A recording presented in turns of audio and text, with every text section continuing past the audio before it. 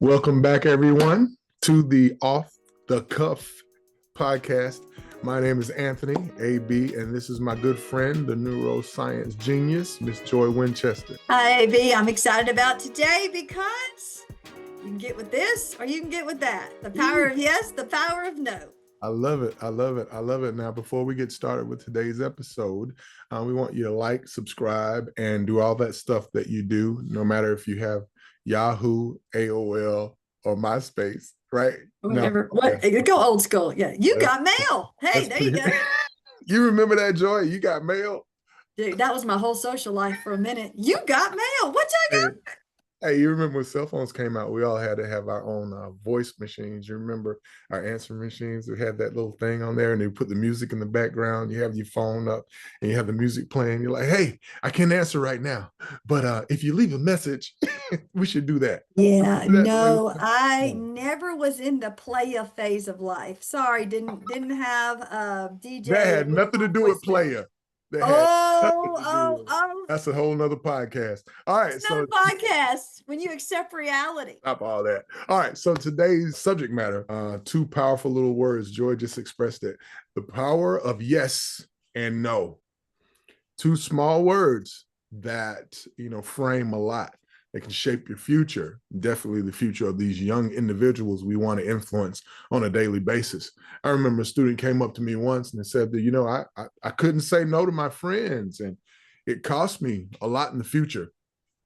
And, peer pressure and just wanting to be accepted and wanting people to love us and wanting to belong. That is such a part of growing into growing into who you are, growing into yourself.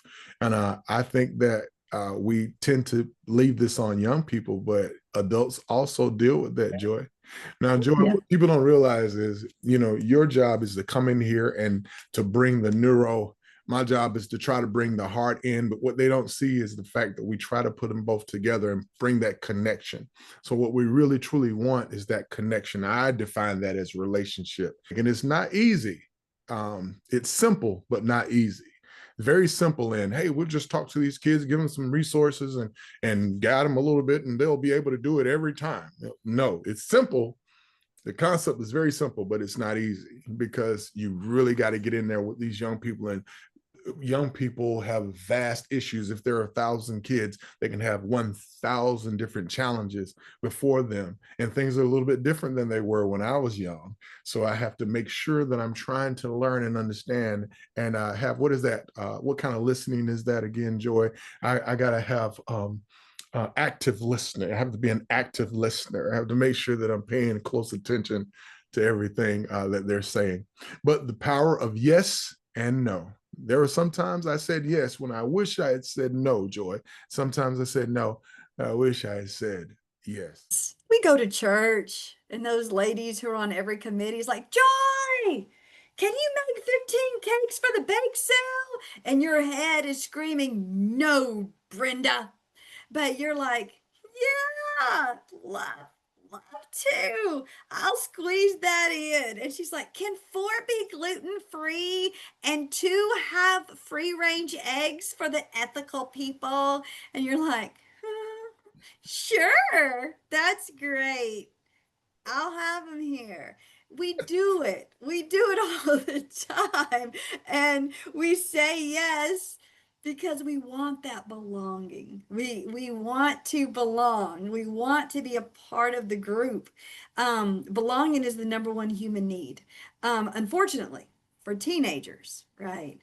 Belonging is a huge drive. And unfortunately for them, they will sacrifice future successes if it means belonging now. The drive to belong is so key. We see it in sporting events, where you're wearing your jersey with your team's name, and you even got your, and you walking through Walmart, and someone's like, "What's up? Roll Tide, War Eagle, whatever." Yeah, I know. But that belonging is huge, and teaching kids to look forward is so hard because during adolescence, that cognitive part of the brain that forward thinking part, the part that anchors us to our future self, is under construction, which is why we need adults to be like, hey, you do understand. If you do this, this could be the outcome. Now, do they listen? No, they don't, because everyone has free will. And that's the other little quote that I've said to you 1,000 times. You give the advice they need and let reality proceed. Because Amen. here's the deal. If they make that mistake and they're in a situation, they're at least not in it blind, because you've given that advice. They can pull it and still use it. So we're not saying adults aren't necessary. We are saying they are listening, but they're driven by this primitive push to connect with peers, because think about it. They're about ready to go start their own lives. See, in America, we keep them around till they're 18, which we should. Do not kick your kids out. But the brain is really likes or wants to build its own tribe, its own group of friends. And the only way to do that is to think your parents are stupid, to leave the food, to leave the nest, to leave the safety. And so they make some stupid decisions. And here's one more thing, Anthony, that's pretty scary. If a teenager does some risk taking with a peer in the car, higher dopamine hits. So this is why there's a lot of laws that say you can't have an extra teenager driving with another teen driver, because they're driven neurologically to take bigger risks because the rewards are bigger. You see, it's risky to leave home. It's risky to be independent. And that's where we have to let them make decisions, have a little bit of control over their decisions in the younger years. So by the time they get to high school, they've had practice making choices that are beneficial, not detrimental. But what Well, we're seeing now is a lot of parents are making those choices for them and not letting them have that cognitive exercise of choosing and weighing out pros and cons. Well, you've made me extremely nervous now, Joy, because I have one that's getting ready to go try for the license to get his license this week. So, nobody ever gets you ready for that. Nobody ever tells you, we're just going to wrap your baby in a steel with four wheels on it and tell them to go down the road, and not worrying about them because they're taught to drive really well, but not telling them that, hey, you got to worry about everybody else all around you. But that's a whole nother lesson or whatever. Saying yes to the right things is what we want to teach them to do. And we can lead and guide them in that direction, because we understand that builds character, and it also builds future opportunities. My oldest son said yes to some wonderful things in high school that allowed him to get a college scholarship. He said yes to the right people, the right places, and the right things. And sometimes, if they're like me, bullheaded and maybe stubborn or whatever, I would say yes to some things that I should have said no to, and no to some things that more than likely I just should have said yes to in those things. And it does have its effects. I do want them to know the truth that your decisions do make a difference. But our job as those who guide young people is to guide them in the right direction, Joy. One of the things that I noticed that has worked for me in the past and works for a lot of the young people that I deal with is incentives in training them the right yes and the right no. What I noticed is if I give a student points or something like that, and at the end of this journey of saying yes enough, the good yes, you will receive this. I noticed that it equates, it's almost parallel to their future career. For instance, if you're able to go in class and work really hard, then after class you get this. If you're able to work a full week of class and do really well, then at the end of the week you get this. To me, that equates to someday you're going to go to work really hard, get to work on time, do a really good job, and get a paycheck.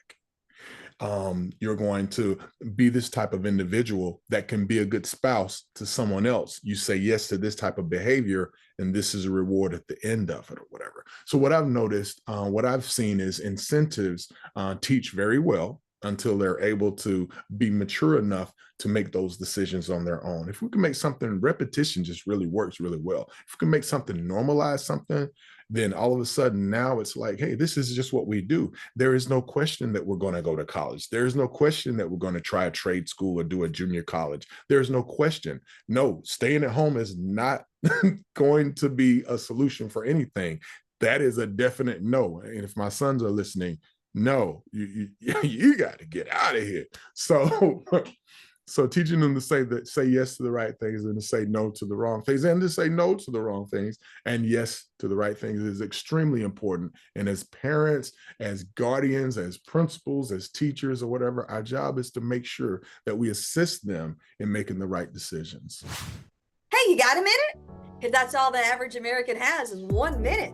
Our attention spans are so short that we really don't have time to focus on anything else. But here's what's crazy. We know more about how our cell phones work than our brains work. But who has time to dive deep into neuroscience? You do. 1 minute a day.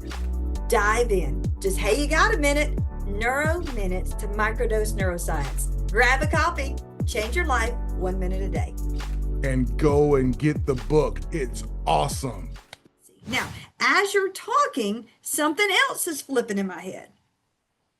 You made the comment about there's things you should do, shouldn't do, shouldn't do. And it reminds me of Nick Saban. I know I'm quoting Nick Saban, and I don't even like football, but AB does. So I throw football in sometimes just to keep him interested. So Nick Saban says, in a roundabout way, I'm not going to say it like him because I don't, I do think he's has some wisdom, but here we go. Self-discipline is doing, are you doing the right thing, the right way, at the right time? Right? If you can say yes to those three, carry on, soldier. But it's also that thing you don't want to do. That thing you shouldn't do that you want to do. Are you saying no to it? Mm-hmm. And that was something he used for his team. And that's how he built self-discipline, because what he realized was, I hope I'm not putting words in his mouth. If I am, he'll hunt me down. But what he realized was that some of these kids came to him without the skill. So this was a simple way for him to say, look, here's all I need from you. Are you doing the right thing, the right way, at the right time? And that thing you shouldn't do, but you want to do, how are you stopping yourself from doing it? That's self-discipline in a simple checklist. And that, I think, is what that yes and no piece is falling down to as I'm listening to you. I totally agree. I think that bringing up Nick Saban, first of all, is an achievement of yours, because he's one of the best coaches of all time. And I hope he gets to check this out, because Nick, you got it going on. Joy, it's so good that you said that, because when you think about team, in this setting, we are the team. The young person's not by themselves to say yes and say no and to make the best decisions possible. They have a team, and we are a part of that team. And they need to understand that, yes, you are accepted within this team, but everyone has a job to do. It's interesting you brought up Nick Saban, because Nick Saban never ran a touchdown. He never tackled anybody. He never caught a pass, but he's known as one of the greatest of all time. As a matter of fact, Hall of Fame coach and everything.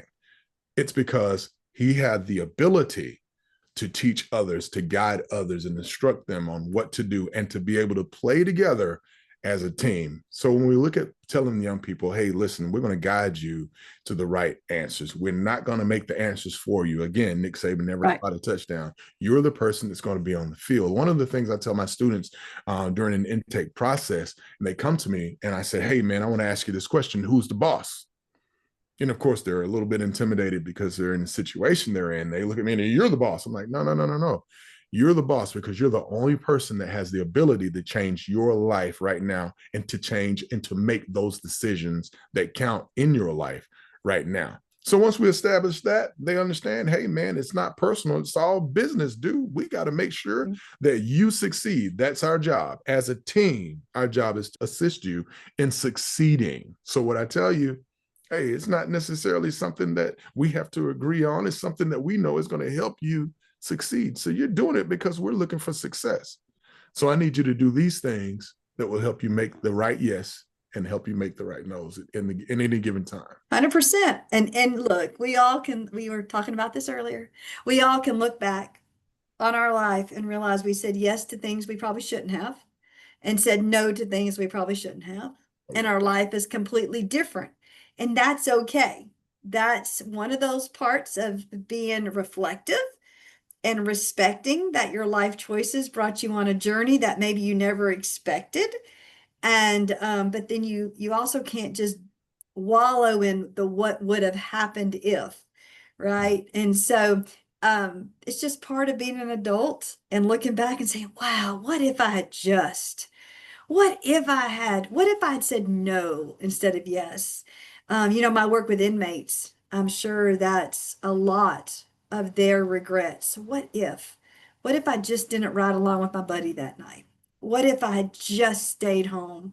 What if, and I think a lot of us have life-changing events that came from a wrong yes or a wrong no. We can use those events to be resilient and to learn from them, or we can use those events to live a life that we are angry and resentful, and that's just a waste of precious time. So Yeah. I guess that's something I want to leave everybody with is if you listen to this and you think back to, gosh, if I had just, okay, but count the blessings of where you are now. I made a huge decision 2 years ago, and people ask me all the time, do you regret it?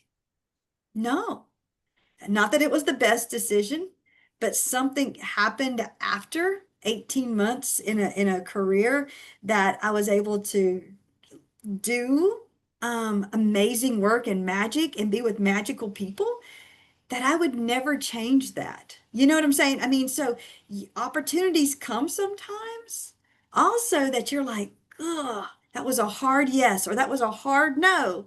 But then you look at what came after it and you're like, but I wouldn't have had that if I didn't have said that. So Absolutely. anyways, that's all. Well, Joy, I think that's a great way to end it. I'll say this. My grandmother, Q.B. Dean Brooks, she passed away when she was 96 years old, but was filled with wisdom. I absolutely miss and love that woman. One of the things that she said reminds me of what you just said. Don't live with regrets. She said, this is the thing. If you woke up this morning and you don't have grass growing on top of you, you have options. Exactly. So we'll leave that with y'all today.